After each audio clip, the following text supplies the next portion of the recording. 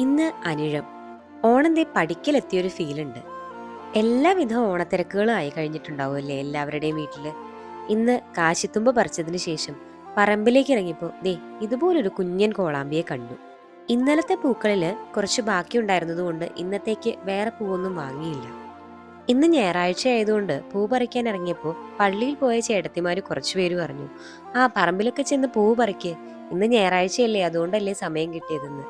Social media ഒന്നും ഉപയോഗിക്കാത്തത് കൊണ്ട് അവരാരും കാണുന്നില്ലല്ലോ നമ്മൾ എല്ലാ ദിവസവും കഷ്ടപ്പെട്ട് ഈ വീഡിയോ ഇടുന്നത്. പിന്നെ ഞായറാഴ്ച ആയതുകൊണ്ട് വൈകിയെന്ന് ഈ വീഡിയോയിലെ വെയിൽ കാണുമ്പോൾ തന്നെ നിങ്ങൾക്ക് മനസ്സിലാവുമല്ലോ.